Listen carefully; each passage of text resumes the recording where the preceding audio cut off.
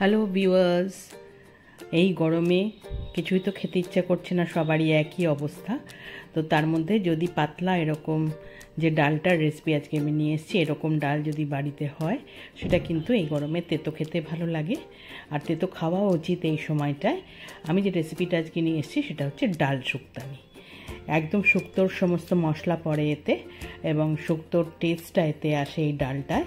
এটা আমি মুগ ডাল দিয়ে করেছি, এটা মটর ডাল দিয়ে বা মসুর ডাল দিয়েও কিন্তু এই ডালটা তৈরি করা যায়। এটা খেতে কিন্তু দারুণ টেস্ট হয়, এবং আমার তো পুরো ভাতটাই এটা দিয়ে খাওয়া হয়ে যায়। গরম ভাতে এই ডাল শুক্তানি খেতে খুব ভালো লাগে। চলো শুরু করি। তার জন্য প্রথমেই আমি কাঁচা মুগের ডাল নিয়ে ভালো করে ধুয়ে প্রেসারে দিয়ে তার সঙ্গে লাউ টুকরো টুকরো করে কেটে সেগুলোকেও দিয়ে একসাথে সেদ্ধ করে নিয়েছি 2টো সিটি দিয়ে। আমি দুটো সজনে ডাঁটা আমি টুকরো টুকরো করে কেটে গায়ে ছাড়িয়ে রেখেছি। আমি কিছুটা উচ্ছে এরকম গোল গোল করে কেটে রেখেছি, আর আমি আদা বাটা রেখেছি, আমি রাঁধুনি বাটা নিয়েছি অল্প 1 চামচ মতো, আর এদিকে রাঁধুনি, শুকনো লঙ্কা, তেজপাতা আর কাঁচা লঙ্কা রেখেছি। প্রথমেই আগে উচ্ছেগুলোকে ভেজে নেব, তাই সর্ষের তেল কড়াইতে দিয়ে তেলটা গরম হলে তার মধ্যে আমি উচ্ছেগুলোকে দিয়ে দিলাম। উচ্ছেগুলো দিয়ে ভালো করে এপাশ ওপাশ বেশ অনেকক্ষণ ধরে নাড়াচাড়া করে ভেজে নিতে হবে। বেশ সুন্দর যখন উচ্ছেগুলো ভাজা হয়ে যাবে, রং এসে যাবে, তখন সজনে ডাঁটাগুলো দিতে হবে। যেহেতু সজনে ডাঁটাগুলো খুব কচি, বেশিক্ষণ লাগবে না সময় ভাজতে, তাই এগুলো লাস্ট শেষের দিকে দিলাম। দিয়ে এবার দুটোকেই সুন্দরভাবে একটু ভাজা ভাজা করে নিয়ে আমি কড়াই থেকে এই উচ্ছে আর সজনে ডাঁটা তুলে নিলাম। এবার ওইটুকুই যে তেল থাকলো তার মধ্যে আমি তেজপাতাটাকে ভেঙে দিয়ে দিলাম, শুকনো লঙ্কাটাকেও ভেঙে দিয়ে দিলাম, আর রাঁধুনি ফোড়নটাও দিয়ে দিলাম।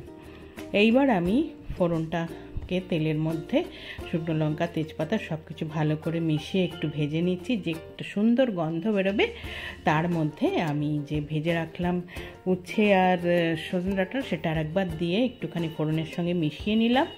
নিয়ে এবার যে ডালটা আমি সেদ্ধ করে রেখেছি সেই ডালটা আমি ঢেলে দিলাম। দিয়ে ডালটাকেও মিশিয়ে নিচ্ছি, নাহলে তলায় লেগে যাবে। সমস্ত কিছু সবজির সঙ্গে মিশিয়ে নিলাম। নিয়ে ওই বাটিটা ধুয়ে আমি বেশ আরেকটু জল দিয়ে দেবো। কিন্তু এই ডালটা কিন্তু খুব একটা পাতলা হয় না, একটু মোটামুটি একটু শুকনো টাইপের ডালটা হয়।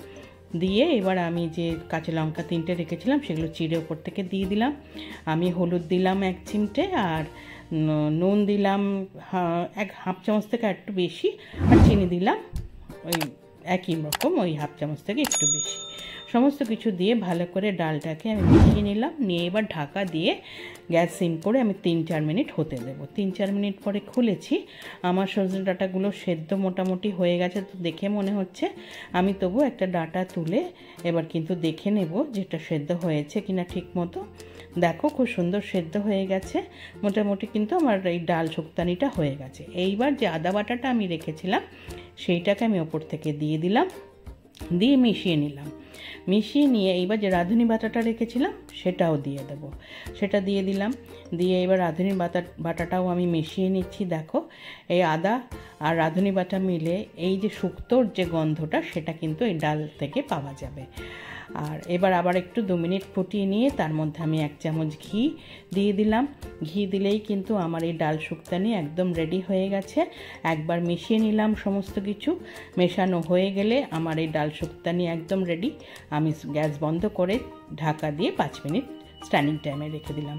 স্ট্যান্ডিং টাইমের পরে খুলেছি, দেখো আমার এই ডাল একদম রেডি টু সার্ভ। আমি একটা সার্ভিং বলে এবার এটাকে সার্ভ করে দেব। গরম ভাতের সাথে প্রথম পাতে তো ওটা ভালোই লাগে, আর যারা একটু তেতো খেতে ভালোবাসো বা শুক্তো টাইপের ডিশ খেতে ভালোবাসো তারা কিন্তু পুরো ভাতটাই মনে হবে এই ডাল শুক্তানি দিয়ে খেয়ে নিই। আর এই ডালটার কিন্তু দারুণ টেস্ট হয়। এইভাবে যদি না করে থাকো একবার করে খেয়ে দেখো, দারুণ ভালো লাগবে। আশা করি রান্নাটা তোমাদের ভালো লেগেছে, আর যদি ভালো লেগে থাকে একটা লাইক করো, কমেন্ট করো, শেয়ার করো। যারা এখনও আমার চ্যানেলটা সাবস্ক্রাইব করোনি প্লিজ সাবস্ক্রাইব করে দিও। পাশে থাকা বেল আইকনটা প্রেস করবে, তাহলে আমার তৈরি সমস্ত রান্নার নোটিফিকেশন তোমাদের কাছে পৌঁছে যাবে। আবার নতুন নতুন রান্না নিয়ে তোমাদের কাছে আসবো। আজকে তাহলে চলি, তোমরা ভালো থেকো, টাটা।